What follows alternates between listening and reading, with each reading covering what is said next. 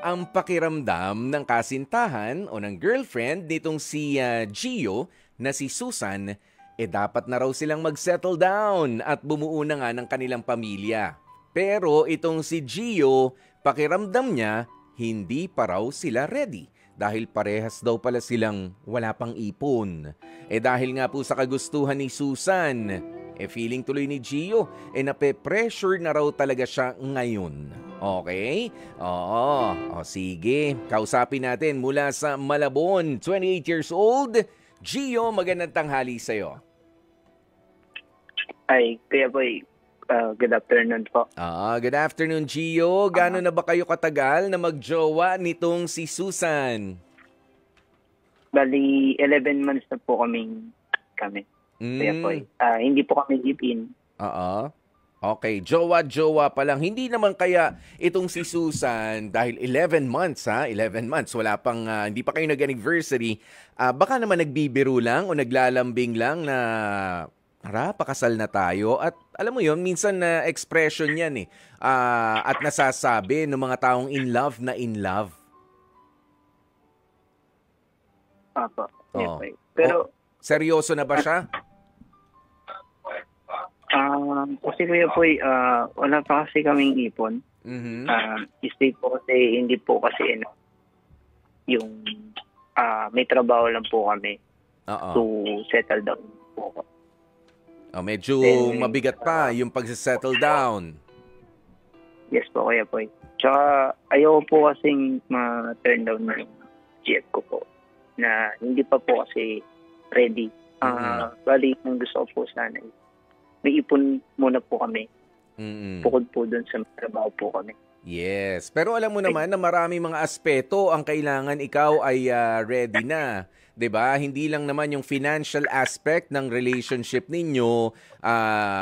Kasi yung iba nga dyan, ang dami ng pera, mga milyonaryo na, pero hindi pa rin makapag-settle down because they are not emotionally and spiritually ready yet to commit doon sa marriage. 'Di ba? Marami pa O sa 11 months, sa tingin mo ba, Gio, talaga bang yung pera lang, yung ipon lang ang kulang pa sa inyo? Yes po, Kuya Boy. Pero pagdating naman po sa love, pwede naman po kami to know. Talagang sigil. Ready na. Pero yung sa ipon po talaga Kuya Boy, ang hirap kasi mag-settle. Sige. Sa laki ng bilihin at kung ano po. Sige, alis lang muna tayo saglit dyan sa usapin ng ipon ninyo at dun sa kinakabahan ka kasi para nakafocus ka na rin sa ipon. Ayan. Sabi ko nga kanina, marami mga aspeto. Kayo ba sa loob ng 11 months ay meron ng pinagdaanan na problema man lang na sa tingin ninyo, nung dumating sa harapan ninyo ay hindi nyo kakayanin, pero nalusutan ninyo? Meron bang dumating na ganun na? Wala pa naman po, Kuya Boy. Yun. Wala pa. Hindi ko naman sa sinasabi na maghanap tayo ng problema, na para masubukan natin yung isa't isa. Yan, yung mga ganyan. Pero kasi isa yon sa mga pagsasabi na you are emotionally and spiritually and physically ready na nga talaga na mag-asawa para mag-settle down. 'Di ba? Yung kinaya mo na halimbawa, wag naman sana nagkasakit ka ng medyo malala, ilang buwan kang hindi nakapasok, inalalayan ka ba ni Susan? Yun yung mga sinasabi ko. 'Di ba may mga problemang dumating at nasabi mo sa loob ng 11 months, not even a year. Na ay talagang hindi niya ako iniwan, inalalayan niya ako. Yung ganyan, ginawan niya ng paraan, mairaos namin yung karamdaman ko. O kung anumang mga suliranin dyan sa paligid. 3 buwan akong walang trabaho noon, Kuya Poy, pero sinuportahan niya ako dun sa inuupahan ko, halimbawa. Yung mga ganyan. 'Di ba? That's what I'm talking about, Gio. Naranasan nyo na yun, napagdaanan nyo na ba yun for 11 months? Kasi if I were you, hindi ako mape-pressure. Baka naman yan, gusto lang mapag-usapan nitong si Susan, 'di ba? At yan ay statement na gustong-gusto ka niya. na makasama habang buhay but not necessarily and hindi pa naman seriously na magpakasal na tayo next month na o sa anniversary natin. O kaya mag-propose ka na sa akin. O iba talaga. May dating talagang seryoso na itong si Susan, Gio. Para sa akin, Kuya Poy, may pagkaseryoso na po kasi for 11. For 11 months. For 11 months. Okay. Seryoso na siya at kapag hindi mo na pagbigyan, sa tingin mo, ano mangyayari? Baka po kasi Kuya Poy, ma-disappoint siya or something na mawalan siya ng gana sa amin. Ano bang ine-expect niya na na magiging sagot mo na? Ilang beses niya na ba sinasabi to? Lahat ba ng kwentuhan ninyo, lahat ng pag-uusap ninyo talagang kaasa-asawa na itong si Susan? I think Kuya Poy, pagka minsan na pag-uusapan yung kasal regarding dun sa yung sa family, gano'n. So, build and something, parang doon na pumapasok yung parang tinatanong niya na ako to settle down and everything na ayoko naman po siyang ma-disappoint sa sasagot ko sa. Sige, ganito, Gio, no? Can you be more specific? Ano ba yung mga detalye na sinasabi nitong si Susan? Kapag ka nagkakaroon kayo ng pagkakataon na mapag-usapan yung pagse-settle down, papaano niya sinasabi sa'yo, pine-present yung diskusyon? Most probably, Kuya Poy, pag sinasabi niya sa kailan mo ba plano? Willing ka na ba to settle? Yung mga ganun bagay, pagka ganun, parang na akong napipressure na ako Kuya Poy pag ganun na yung pasok niya sa akin. And hindi ko talaga masabi na masagot yung kabuuan dun sa part na yan. So anong sinasagot mo? Yan, sabi ko na lang Kuya Poy na dadating din tayo dyan. And we don't know kung kailan talaga. But let's see. Dadating. Yun yung wording ko Kuya Poy.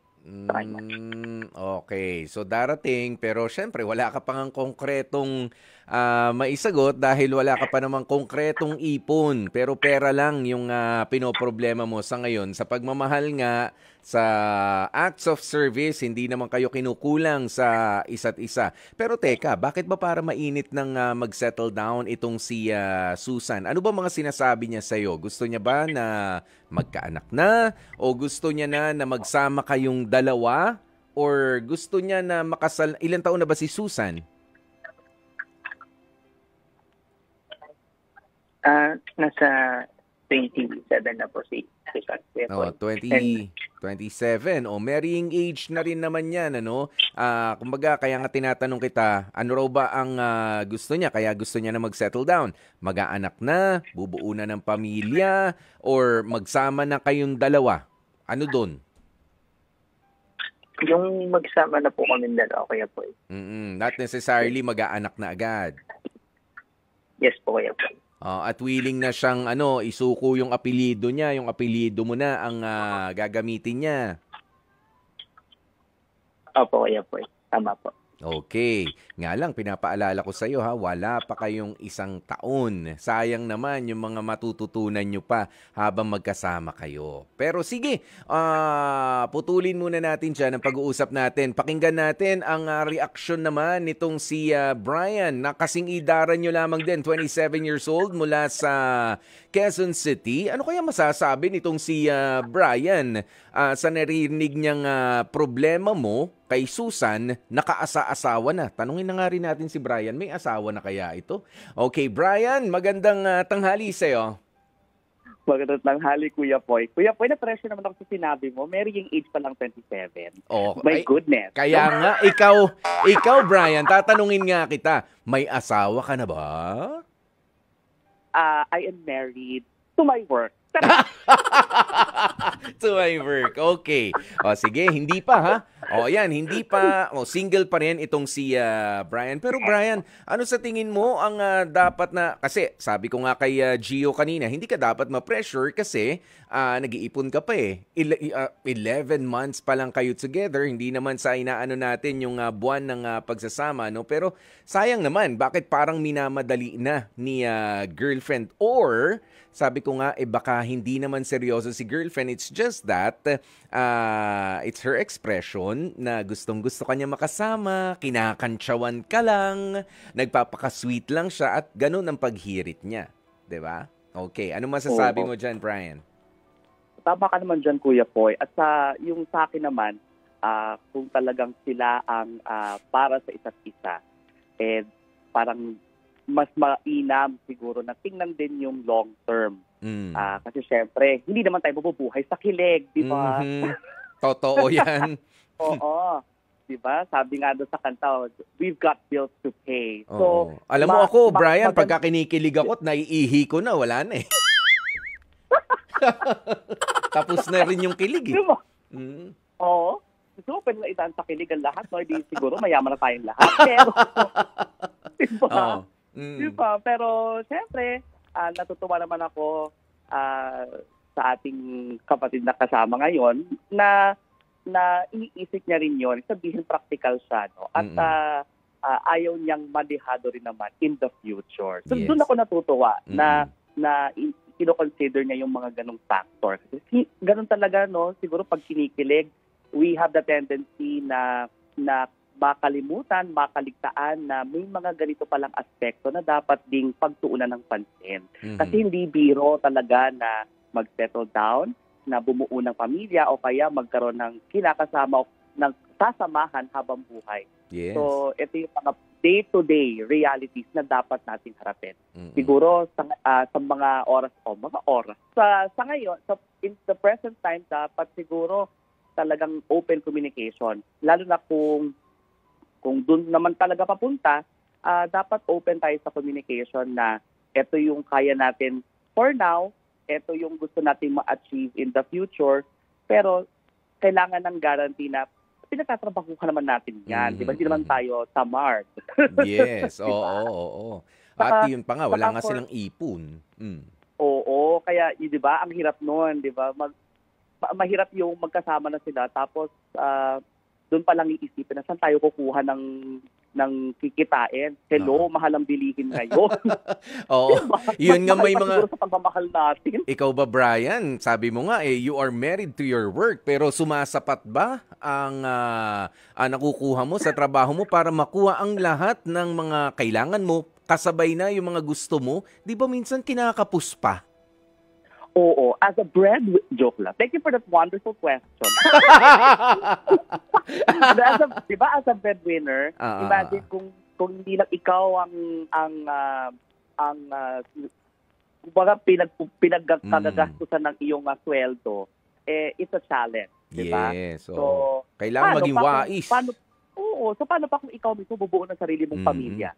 Correct. So, diba, kailangan talaga ay kumbaga maayos ang pagpaplano. At saka for Susan, di ba? Hindi naman kailangan, ito totoo to kasi meron akong parang inang Reyna mentor na nagsabi sa akin ito na huwag masyadong magmadali because you have forever. Ayun. Diba? You have forever to spend. Wag naman kaasa-asawa na. Baka mayroon pa tayong mga ibang kailangan pa mapaghandaan. Brian, maraming salamat sa pagtawag mo sa amin at sa mga komento mo at mga advice din para dito kay Gio. Thank you, Kuya Poy. Uy, kung may kasi kailangan ko rin kailangan ko ng sweldo. Oo naman. Sige, Brian. Go tayo dyan. Di ba nga? Siya. Sige. Gio, nandyan ka pa sa kabilang linya. Alam mo, bumilib naman sa'yo si Brian dahil nga doon sa, sabi mo nga ay natatakot ka at nape-pressure. Pero alam mo, Gio, isa pa sa sana ma-realize mo na ang sa akin lang naman, huwag kang masyadong ma-pressure.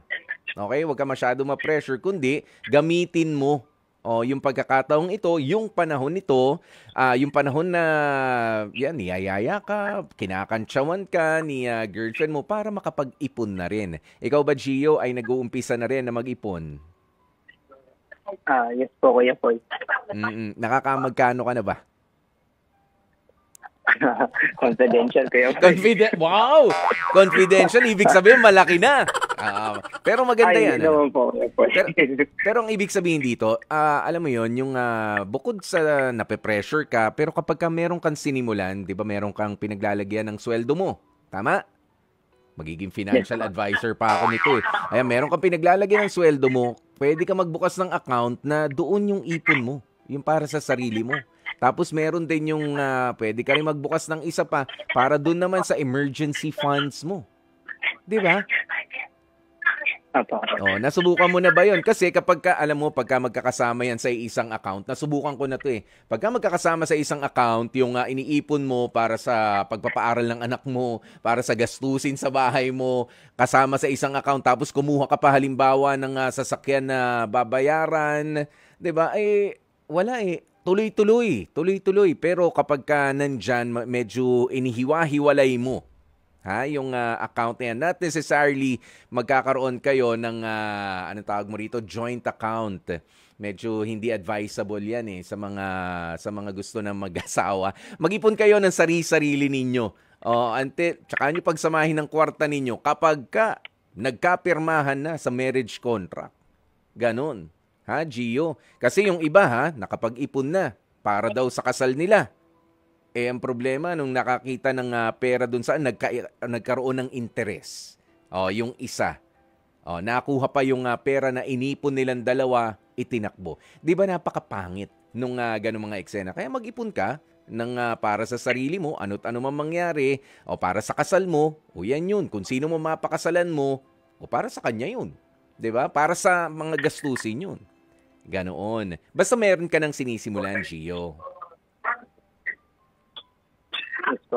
Okay. Pero sa ngayon, huwag ka na nga ma-pressure. Pero sabihin mo rin, maganda, alam mo, na kausapin mo itong si Susan na sabihin mo sa kanya. Pagka nag-heart-to-heart talk kayo na, Susan, alam mo, medyo, ano bang tawagan nyo? Anong term of endearment ninyo? Ga po. Ha? Ga. Tapos, ikaw? Opo. Tapos ikaw? Both naman po yan. Akala ko yung isa ga, yung isa go. Ba't di na lang stop and go? Pangit naman yung go. Okay. Ayan. Sige, ga. Palangga. Yun yung ibig sabihin, ano? Mahal. Yes. Sige. Sabihin mo, mahal. Alam mo, medyo nape-pressure na kasi ako eh. Nape-pressure ako kapag hinihirita mo kailan tayo magpapakasal, kailan tayo magse-settle down. Marami pa tayong kailangang preparasyon. Tulungan mo naman ako. Ayan, pero kung nangangantsaw man siya o kung seryoso man siya, dapat kahit papaano ay nakaalalay lang rin. Na sabi mo, yung hindi naman din magiging mabigat para sa akin. But rest assured, sabi mo nga, pinaghahandaan ko naman yung bagay na yan. Pero magpasalamat ka sa kanya dahil kapag ka ang kapartner mo paulit-ulit na sinasabi na kailan ba tayong papakasal, gusto ka talaga niya. 'Di ba? Gusto ka talaga niya. Pero kapag ka nape-pressure ka na, sumusobra na siya. Medyo pigilan mo naman ng bagay. Sabi mo marami pa tayong ibang mapag-uusapan bukod dun sa pagse-settle down natin. Pero pwede naman yun eh. 'Di ba? Mag-usap kayo ng paborito niyang pinanonood. Mag-usap kayo ng mga kwento dito sa heart to heart na nakarelate kayo. 'Di ba? Pwede 'yon, Gio. Para hindi naman inaaraw-araw ka na at parang tinututukan ka na, kumbaga. Tama? Tama po. Of course, tama yon. Pero ito ang pinakatama, yung magbigay ka na ng mensahe para dito kay Susan sa kung ano ba talaga ang sinasabi ng puso mo. Ito na ang pagkakataon mo, Gio. Go! Susan,